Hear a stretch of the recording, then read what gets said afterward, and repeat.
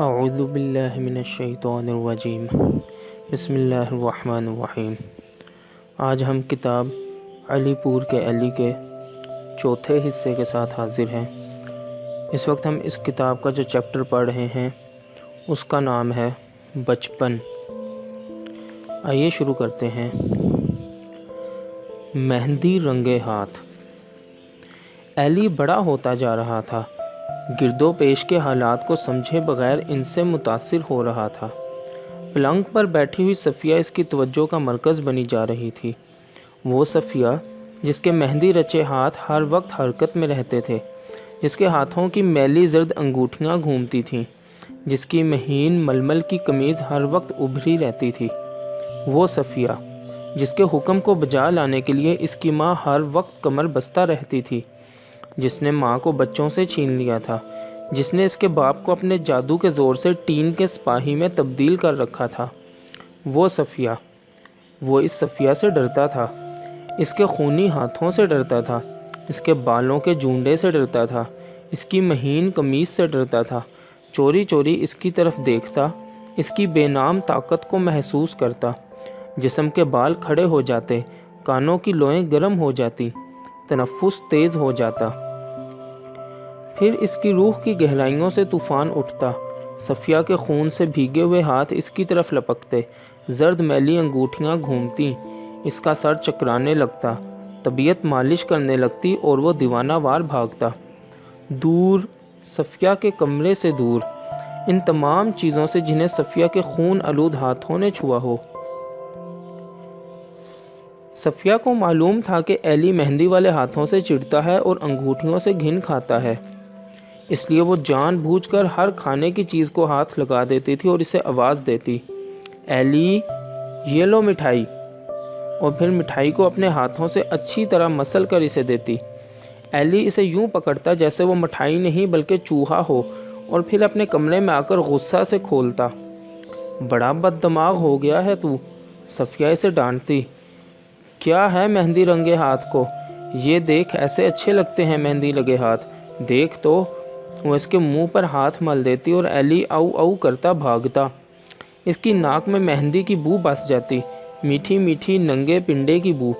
اس کی آنکھوں میں خون اتر آتا، گرد و پیش میں انجانی پچکاریاں چلتیں، برہنہ صورتیں چاروں طرف سے یورش کرتیں، آخ تھو، آخ تھو۔ صفیہ نے ایک دن علی کو ستانے کا فیصلہ کر لیا۔ جب وہ سو رہا تھا تو اس کے ایک ہاتھ پر مہندی مل کر اسے باندھ دیا۔ ہاجرہ نے منتیں کیں، نہ صفیہ اسے کچھ نہ کہہ۔ صفیہ بولی، مہندی ملنے سے کیا ہوتا ہے، خوام خواہ کا پکھنڈ مچا رکھا ہے اس لڑکے نے، دیکھوں کیا کرے گا، اپنا ہاتھ کاٹ کر پھینک دے گا کیا۔ یہ سن کر ہاجرہ خاموش ہو گئی، وہ بیچاری مجبور تھی۔ جب اگلے روز علی جاگا، اپنا مہندی رنگا ہاتھ دیکھ کر اس نے سر پیٹ لیا۔ جسم کے بند بند سے میٹھی میٹھی بو آ رہی تھی، نگاہ میں ہر چیز سرخ دکھائی دے رہی تھی۔ اس روز اسے محسوس ہو رہا تھا جیسے وہ ننگا ہو، جیسے اس کا جسم غلاظت سے لتھڑا ہو۔ باہر صحن میں سفید ململ کی باریک کرتی پہنے صفیہ کھڑی بال بناتے ہوئے مسکرا رہی تھی۔ نہ جانے علی کو کیا ہوا، اس کی نظر میں وہ سفید کرتی سرخ دکھائی دینے لگی، سرخ، خونی سرخ، جیسے وہ قمیض مہندی سے رنگی ہو۔ وہ بھاگا، لپکا اور آن کی آن میں صفیہ کی کرتی پر پل پڑا۔ اس کے ناخون سفید ململ میں دھنس گئے، قمیض کی دھجیاں صحن میں اڑنے لگیں۔ مجھے بڑا ہو لینے دے، مجھے 10ویں پاس کر لینے دے، پھر وہ دیوانہ وار چلا رہا تھا۔ نہ جانے بڑے ہو جانے کو اس ننگے پنڈے کی بو اور مہین قمیض سے کیا تعلق تھا، نہ جانے 10ویں پاس کر لینے کو اس سرخ رنگ سے کیا تعلق تھا، مگر وہ اپنی دھن میں سوچے سمجھے بغیر چلاتا رہا، ململ کی دھجیوں کو بکھیرتا رہا۔ اس کا منہ سرخ ہو رہا تھا، آنکھیں گویا ابل کر باہر نکل آئی تھیں، جسم کانپ رہا تھا۔ ہاں، وہ چلایا، بڑا ہو جاؤں پھر۔ اس کے حلق میں آواز سوکھ گئی۔ صفیہ حیران کھڑی تھی، سمجھ میں نہ آتا تھا کہ کیا کرے۔ پھر علی بھاگ گیا، گھر سے باہر، دیوان خانے سے باہر، اسکول میں چھپ گیا۔ اس نے محسوس کیا جیسے وہ جرم کا مرتکب ہو چکا ہو، جیسے وہ اپنے اس فعل کی وجہ سے ننگا ہو گیا ہو۔ تم یہاں ہو، سارے دن کی تلاش کے بعد علی احمد نے اسے ڈھونڈ نکالا۔ چلو گھر چلو، اور وہ گھر کی طرف چل پڑے۔ گھر پہنچ کر علی احمد نے اس کے کپڑے اتروا دیے، قمیض، پائجامہ، جوتے، اور اسے گھر سے باہر نکل کر اندر سے دروازے کی کنڈی چڑھا دی۔ گلی ویران پڑی تھی، لیکن ایلی محسوس کر رہا تھا جیسے لوگ کھڑکیوں کے پیچھے سے چھپ کر اسے دیکھ رہے تھے، منڈیروں کے پیچھے کھڑے ہنس رہے تھے۔ منڈیر پر بیٹھا ہوا کوا شور مچا رہا تھا، کہکہے لگا رہا تھا۔ پھر دفعتاً گلی کے نانک چندی اینٹوں کے فرش پر پاؤں کی چاپ گونجی۔ کوئی آ رہا تھا۔ اسے یوں لگا جیسے کسی نے اس کے سر پر ہتھوڑا دے مارا ہو۔ ہتھوڑے کی ضربیں قریب تر ہوئی جا رہی تھیں۔ ایلی دیوار میں منہ دے کر کھڑا ہو گیا۔ چھپانے کے لیے اس نے اپنے منہ پر ہاتھ رکھ لیا۔ مہندی کی بو کا ریلا آیا۔ تڑپ کر وہ نالی میں جا گرا جیسے ناگ نے ڈس لیا ہو۔ بے بسی میں اس کی آنکھوں سے آنسو بہنے لگے۔ نہ جانے کتنا عرصہ ایلی نے اپنا بایاں ہاتھ بغل میں چھپائے رکھا۔ وہ ایک ہاتھ سے روٹی کھاتا تھا، ایک ہاتھ سے منہ دھوتا اور سارے کام اسی ایک ہاتھ سے کرتا تھا۔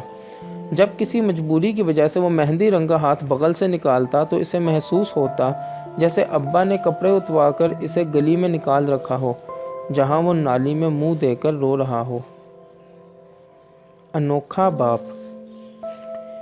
اس زمانے میں وہ روہتک میں رہتے تھے جہاں اس کے ابا ملازم تھے۔ روہتک ایک چھوٹا سا شہر تھا۔ گلیاں ویران تھیں، دکانوں میں سرخ گوشت کے بڑے بڑے ٹکڑے لٹکے رہتے تھے اور مضبوط باہوں والے پست قد کسائی کلہاڑیوں سے ان ٹکڑوں کو کاٹنے میں مصروف رہتے۔ موٹی موٹی عورتیں یوں کچر کچر باتیں کرتیں جیسے چارہ کاٹنے کی مشینیں چل رہی ہوں۔ پھر علی احمد سیر کے لیے دلی گئے تو ایلی کو بھی ساتھ لے گئے۔ دلی کو دیکھ کر ایلی دنگ رہ گیا۔ اتنا بڑا شہر دیکھنے کا اس سے پہلے کبھی اتفاق نہ ہوا تھا۔ بازاروں کی بھیڑ، دکانوں کی قطاریں، خوانچے والوں کا شور اور تانگوں اور گاڑیوں کا تسلسل دیکھ کر اس کے دل میں نئی بیداریوں نے کروٹ لی۔ دلی میں ماموں حشمت علی کا گھر جہاں وہ ٹھہرے تھے، بذات خود ایلی کے لیے اجنبی کی چیز تھی۔ وہاں کی ہر بات نرالی تھی۔ اس سے پہلے کسی کے گھر رہنے کا ایلی کو اتفاق نہ ہوا تھا، اس لیے وہ اپنے گھر کے علاوہ کسی گھریلو ماحول سے پورے طور پر واقف نہ تھا۔ حشمت علی ابا ہونے کے باوجود ہمیشہ سر جھکا کر چلتے تھے۔ دفتر سے واپسی پر علیحدہ کمرے میں ٹین کے سپاہی کے کھیل کی بجائے اپنے بچوں کے درمیان بیٹھ جاتے۔ ایلی کے لیے ایک اچنبے کی بات تھی۔ اچھا باپ تھا، وہ باپ نہ ہوا ساتھی ہو گیا۔ ایلی سمجھتا تھا کہ باپ وہ ہوتا ہے جو بچوں کے لیے ہمیشہ دور رہے، جس کی تیوری چڑھی رہے، جس کے انداز میں ایک شان برتری ہو، بے نیازی ہو، جو 2 انگلیوں میں گوشت کا ٹکڑا اٹھا کر اپنے بیٹے کو آواز دے، ایلی۔ حشمت علی کے چھوٹے لڑکے جمیل کو دیکھ کر ایلی کو اس کی جرت پر حیرانی ہوتی تھی۔ باپ سے ذرا بھی نہ ڈرتا تھا، بات بات پر ماں سے لپٹ جاتا تھا۔ اس کے باوجود اس کے ابا نے اس کے کپڑے اتروا کر اسے گلی میں نہیں نکالتے تھے۔ جمیل کتنا نڈر اور آزاد تھا۔ وہ دلی کے بازاروں میں اکیلا گھومتا پھرتا تھا، ہجوم کو چیرتا ہوا نکل جاتا۔ چلو ایلی، جمیل نے اسے کہا، چلو ہم تمہیں سوہن حلوہ کھلائیں گے، یہ دیکھو۔ اس نے اپنی مٹھی کھولی، یہ دیکھو اٹھنی۔ ایلی حیران رہ گیا، اٹھنی کا حلوہ؟ اٹھنی ایلی کے نزدیک بہت بڑی رقم کا حلوہ، لیکن جمیل کو اٹھنی مل کیسے گئی؟ آؤ، جمیل نے کہا، ہم تم کو دکھائیں، اٹھنی کا حلوہ لیں گے، پھر بھی یہ ہماری ہی رہے گی۔ یہ کیسے ہو سکتا ہے کہ اٹھنی کا حلوہ خریدو، اٹھنی پھر بھی ہاتھ سے نہ جائے؟ ضرور جمیل مذاق کر رہا ہے۔ ایلی چپ چاپ جمیل کے ساتھ ہو لیا۔ سنو، اٹھنی بچانے کا طریقہ یہ ہے کہ ایسی دکان پر چلو جہاں بھیڑ لگی ہو۔ ہاں، بھیڑ میں سودا خوب رہتا ہے۔ جمیل اسے سمجھانے کی کوشش کر رہا تھا اور ایلی حیران ہو رہا تھا۔ ایسی باتیں اسے کبھی نہ سوجھی ہوں گی۔ جمیل سے مل کر اسے کئی ایک باتوں کا پتہ چلا، عجیب و غریب باتوں کا۔ مثلاً یہ کہ اس کے بڑے بھائی صفدر کو تھیٹر کی ایک پارسی لڑکی سے عشق تھا۔ پارسی لڑکی؟ ایلی کا جی چاہتا تھا کہ وہ تھیٹر میں جا کر دیکھے کہ پارسی لڑکی کیسی ہوتی ہے اور وہ اس سے عشق کیسے لگتا ہے۔ لیکن جلد ہی وہ ہمایوں کے مقبرے اور کتب صاحب کی لاٹ پر جا پہنچے اور وہ ان عالی شان عمارتوں میں کھو گیا۔ پھر روہتک واپس آنے کے بعد اسے پارسی لڑکی کا خیال آیا اور وہ چوری چوری خواہش کرنے لگا کہ کبھی وہ بھی پارسی لڑکی کو دیکھے۔ لیکن روہتک میں تو ہر طرف پوربی عورتیں تھیں جو پتھر کوٹنے میں لگی رہتی تھیں، اور یا موٹی عورتیں جو کچر کچر باتیں کرتی رہتی۔ باقی انشاءاللہ اگلی ویڈیو میں۔